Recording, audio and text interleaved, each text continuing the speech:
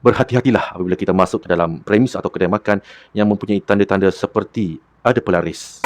Bagaimana kita nak tahu ada tanda-tanda seperti pelaris?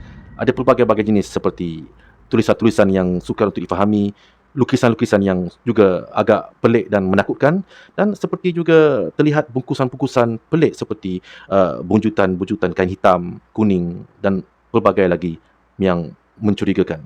Boleh dikatakan pelaris ini telah pun digunakan sejak zaman dahulu kala lagi. Dan boleh dikatakan juga pelaris ini digunakan untuk melaris diri sendiri, melaris perniagaan dan juga melaris makanan-makanan yang dijual di kedai makan contohnya. Dan boleh dikatakan juga pelaris ini menggunakan perantaraan seperti jin dan juga khadam. Agama sendiri melarang menggunakan perantaraan seperti jin untuk melariskan sesuatu perniagaan yang kita usahakan.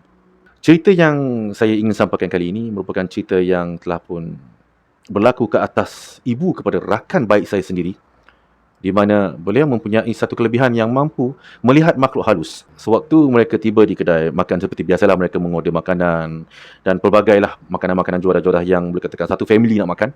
Dan apabila mereka memesan makanan, ibunya berasa sesuatu yang tidak selesa, tidak enak.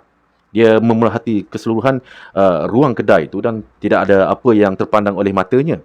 Sehinggalah dia bingkas bangun dan pergi ke kaunter yang boleh katakan ada tempat untuk nak bayar tu kan, ada tisu, ada gula-gula semua kan. Dia pergi kat sana, kat kaunter tu untuk mengambil tisu. Dan apabila dia mengambil tisu, dia terpandang di belakang kaunter ada satu pintu yang terus menghala ke arah dapur. Di situ dia terpandang ada satu sosok manusia yang pelik dan aneh. Pada awalnya dia tidak memfikirkan perkara-perkara yang mistik.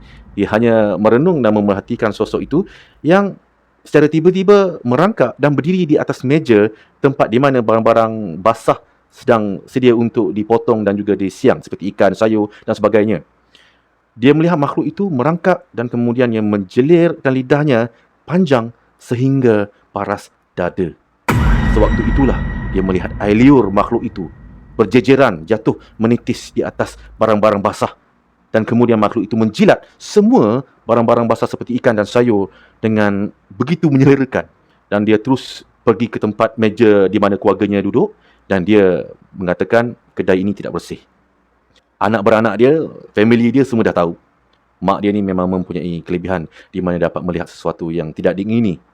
Dan sewaktu itu jugalah semua pesanan yang diberikan yang telah pun dipesan dibatalkan serta-merta. Tuan kedai berubah air muka. Dan sewaktu tuan kedai melihat mata ibu rakan saya, dia menyaksikan satu renungan yang tajam. Ibu rakan saya itu tidak beralih pandang. Dia merenung terus ke arah pintu dapur. Pelaris boleh dikatakan sesuatu yang tidak elok. Kerana apabila kita sudah pun menemui ajal nanti, sesuatu yang amat buruk pasti akan menimpa diri kita juga.